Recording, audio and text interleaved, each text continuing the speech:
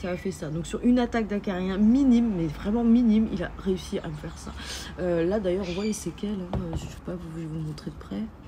Petit close-up, pas de close-up. Bon, il y a des petits points là au centre. C'était une attaque d'acarien en eau. Et voilà, là il est en train de me refaire son joli petit pouf petit nœud qui va repartir.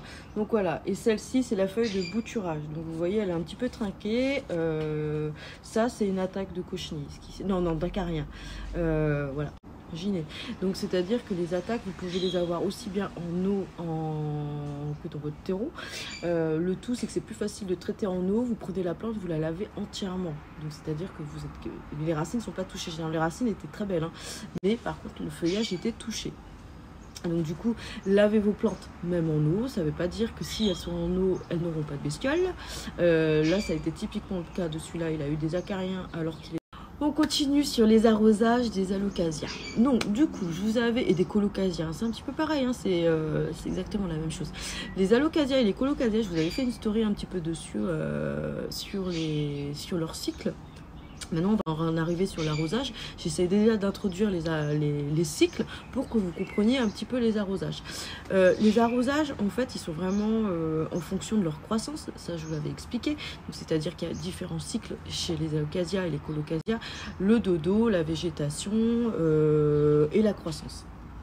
La végétation, c'est lorsqu'il reste une seule feuille comme ça qui pointe, et la dormance c'est vraiment quand il n'y a plus rien, il y a le bulbe et puis basta quoi. Donc là il est totale dormance. La végétation c'est qu'il est en semi-veille, on va dire, et la croissance c'est ça.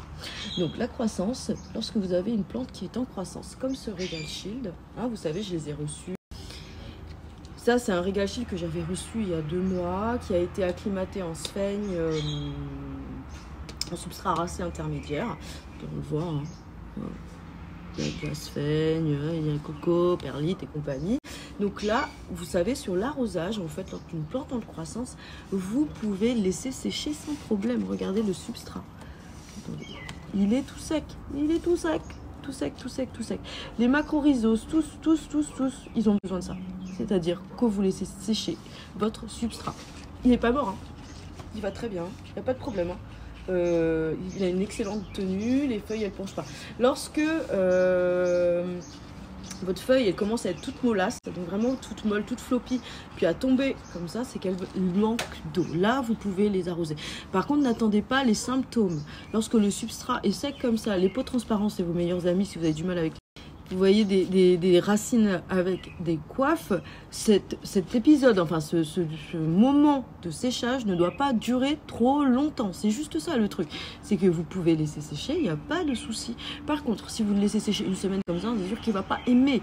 Donc du coup, ça doit durer 1 à 2 journées max, mais maximum quoi. Sinon, après, c'est capoute. C'est pour ça qu'on vous dit de garder le substrat humide. Mais ça ne veut pas dire que vous ne pouvez pas laisser sécher. C'est que vous pouvez laisser sécher, mais pas longtemps. C'est juste ça, la nuance, hein. Donc du coup, voilà, ce Regal Shield, il est sec. Presque totalement sec. Si je dépote, vous allez voir, poc. C'est presque sec. En dessous, là. Et c'est semi-sec. Là, si on touche, c'est un petit peu humide, mais à peine. Et donc du coup, celui-ci, voilà, il est prêt à être arrosé de nouveau. Les macrorhizos, c'est tout ça, vous devez les traiter par... Un alocasia qui est en croissance boit énormément puisqu'il a une croissance au niveau des racines qui est très rapide. Donc du coup, il a besoin de boire énormément. Donc, du coup, celui-ci, il est arrosé tous les 2 jours, 2-3 jours maximum. Il est en pleine croissance. Un alocasia qui vous met plus de 2 semaines à boire, clairement, il a un gros souci. Il a un gros souci. Soit il est en végétation, soit il commence à rentrer... il est déjà en végétation, il commence à rentrer en dormance. Donc du coup... Ce qu'il faut faire, c'est plus arroser et les mettre au dodo, tout simplement. Ne cassez pas la tête. Il y en a certains qui les ont basculés en eau, c'est pas grave, ça marche aussi. Par contre, il faut y associer température si vous voulez les réveiller. Donc du coup, voilà, sans choc thermique, vous n'y arriverez pas. Certains, là je vous ai fait un petit réel sur la pseudo-sorderiana, ça a été le cas, donc c'est-à-dire que là je vous ai déjà expliqué son cas, elle s'était mise au dodo, donc je l'ai laissé dans son substrat, le bulbe dans le substrat complètement au sec pendant des mois et des mois, ça a duré 6-8 mois. Là je l'ai réveillée il y a 2 mois à peine, donc du coup là vous voyez elle est en train de sortir des feuilles magnifiques. Mais du coup, si vous n'arrivez pas à les réveiller, vos alocasias, et que vous voulez les basculer en os ou en full vermiculite ou en semi-perlite vermiculite, c'est possible, il n'y a pas de souci. Par contre, ne vous attendez pas à avoir un système feuillu de ouf. Ça veut dire qu'elle restera en végétation, elle continuera à faire des racines, c'est tout. Et ensuite, en été, par contre, votre reprise sera beaucoup plus rapide. C'est-à-dire que comme le bulbe, il aura plein de racines, lorsque vous le planterez en substrat arasé intermédiaire, parce que les alocasias, c'est toujours en intermédiaire, en substrat arasé, c'est des particularités, mais bon, je vous expliquerai ensuite après. Le mieux, ça reste l'intermédiaire. Vous verrez, là, le feuillage va exploser parce que les conditions de reprise seront fantastiques. Donc, du coup, la plante aura besoin de grossir au niveau du bulbe, donc fera plein de feuilles. C'est assez logique, hein, finalement, lorsque je vous en parle. Mais donc voilà, l'arrosage des alocasias, c'est aussi un indicateur sur le stade de votre alocasia. S'il ne boit plus, c'est qu'il ne grandit pas, en gros. Donc moi, c'est un moyen pour moi de savoir si elle est en train de pousser ou pas, hein, en gros. Hein, si elle boit plus, si le terreau il reste sec, mouillé pendant une éternité, clairement ma plante elle n'est pas en train de pousser. Donc du coup, souvent je la remise en gros, hein, je prends le truc et je la mets dans un coin et j'arrête de l'arroser. Je la mets au dodo. Ça m'évite de faire pourrir les bulbes en fait. Donc après vous verrez avec la pratique ça va arriver. Hein. Franchement lorsque vous aurez capté tous les cycles et les arrosages, ça devrait plus trop poser de soucis. Donc voilà, par exemple une autre alocasia qui est en pleine croissance. Donc voici par exemple la Nebula qui est en pleine croissance. Là, vous voyez, et puis on voit ces jolies racines. Elle est plus très compliquée, hein. Vous voyez les racines elles sont très très fines. Par contre, un autre truc aussi, donc faites pas, voilà, soyez, ayez du bon sens. Si votre plante elle boit plus, vérifiez aussi qu'il n'y ait pas de nuisibles, parce que les nuisibles, type les acariens, les cochenilles, les trips, bref, vos ennemis naturels, peuvent induire un stress chez la plante. Et elle va se mettre en végétation. C'est un moyen pour elle de se préserver. Donc c'est-à-dire qu'elle ne boira plus. Donc parfois c'est pas votre intérieur, hein, ni votre façon de cultiver. Parfois c'est juste les nuisibles qui empêchent les plantes de boire, tout simplement. Donc du coup faites bien ce qu'on appelle en médecine les diagnostics différentiels. C'est-à-dire elle s'est induite elle-même en dodo parce que les conditions n'étaient pas faites. Ou est-ce que ce sont des nuisibles qui ont induit cet état? Donc du coup, voilà, apprenez à checker sous les feuilles, dans le pétiole. C'est surtout dans le pétiole que se cachent les bestioles. Parfois, c'est même pas dans le feuillage, c'est dans le terreau. Donc du coup, vous verrez rien. Donc ce que vous pouvez faire, c'est traiter un coup votre plante pour voir ce que ça donne. Et si elle reprend pas au niveau de la croissance, ben, c'est dodo quoi.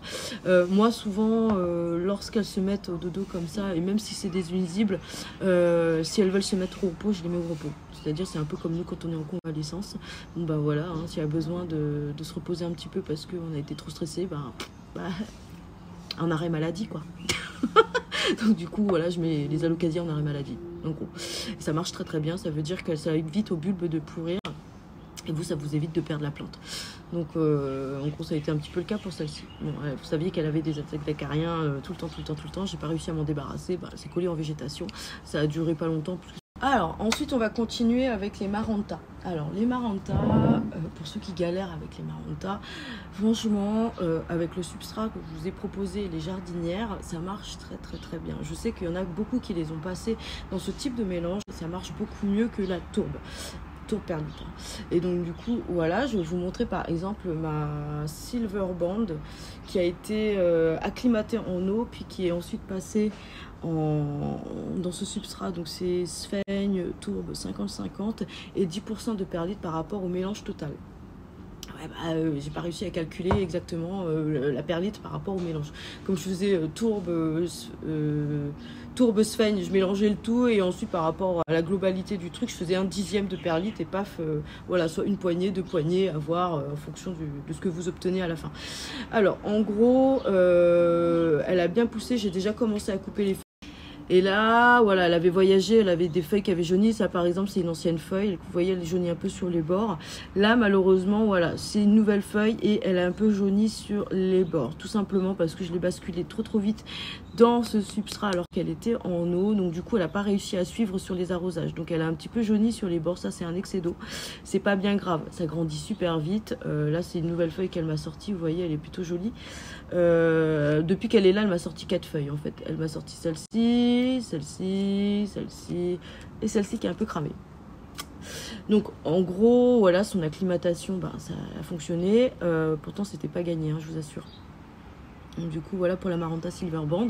On va reprendre sur la première phase d'acclimatation qui a été l'eau. Alors, les Maranta, lorsque vous les recevez chez vous et que le substrat, ça va pas du tout et que vous voyez que votre plante, elle fait grave la tronche, n'hésitez pas. Les Maranta adorent l'eau. Franchement, si elle a trop séché, alors là, les conditions de reprise sont énormes. Donc, c'est-à-dire que celle-ci, ça a été un petit peu le cas. C'est la Maranta Black. Ou l'autre nom, hein. Du coup en fait le vendeur me l'avait envoyé avec des racines qui étaient complètement défoncées, mais défoncées de chez défoncées. C'est à dire que son substrat il l'avait imbibé avant de l'envoyer, donc ça veut dire que roots rot. Donc voilà. Merci, c'est souvent le cas, hein. De toute façon les Maranta sur les voyages c'est pas top. Par contre elle a fini en eau et là vous voyez le système racinaire, là ça fait 15 jours, hein. On est à 15 jours et elle avait 0 racine. Et là, elle a plein de racines en 15 jours.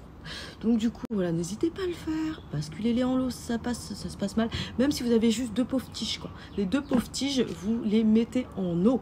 Et ça va redécoller. Alors ça ira peut-être moins vite que moi, hein, parce que forcément, on est quand même sur des conditions tropicales. Donc c'est-à-dire que là, je suis à 70-90% d'humidité actuellement. Et 26 la nuit, voire même 30 la nuit actuellement. Et puis... là, en ce moment, là, je suis à 20. Ce matin, on est à 28, 29. Donc voilà, là, ça commence à chauffer. Donc du coup, je peux monter à 37, 40 la journée. Donc, pour vous dire, hein, celle-ci, elle a l'humidificateur sur la tête parce qu'à mon avis, elle va dessécher si je fais pas ça. Et là, vous voyez les racines. Bon, bah voilà, elle en fait partout. Hein, c'est vraiment la fête. Donc là, je m'inquiète plus sur sa reprise. À mon avis, ça va reprendre du feu de Dieu. Donc, hop. Voilà, du coup voilà, c'est pour vous dire à quel point les Maranta sont assez résilientes même si vous vous cuttez, franchement, voilà, pour l'hiver, basculez-les en eau, c'est pas un problème, elles vont continuer à pousser, à vous faire des racines et ensuite au printemps, vous pourrez les basculer en tourbe, sveigne, perlite. Et ensuite je terminerai ma story dessus parce que là on est parti pour faire les stories en pointillé de nouveau. Donc du coup je vais essayer de basculer cette story en avant-première parce que sinon ça va être l'enfer. Vous allez manquer la première partie. Donc du coup je vais vous parler d'un aglaonema. C'est l'aglaonema pictum bicolore qui se comporte exactement comme le tricolore. Donc du coup voilà.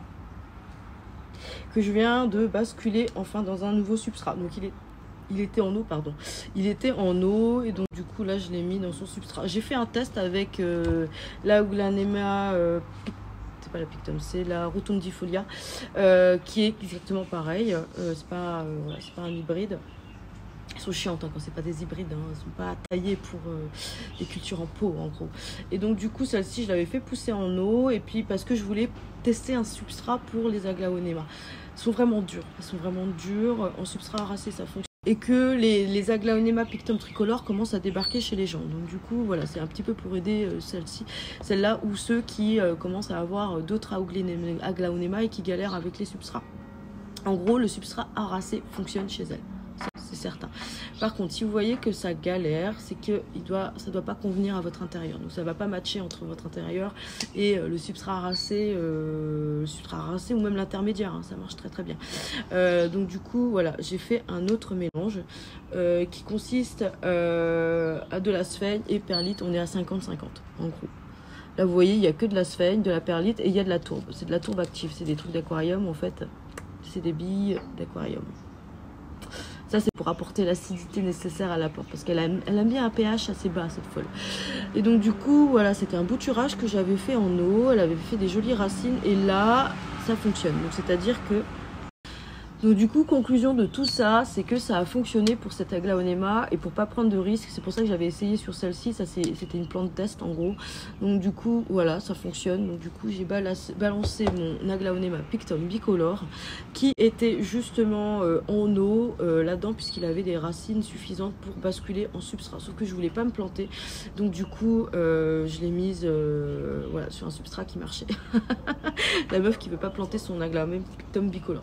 Là, il y a un tricolore. Là, ce que vous voyez là, c'est un tricolore.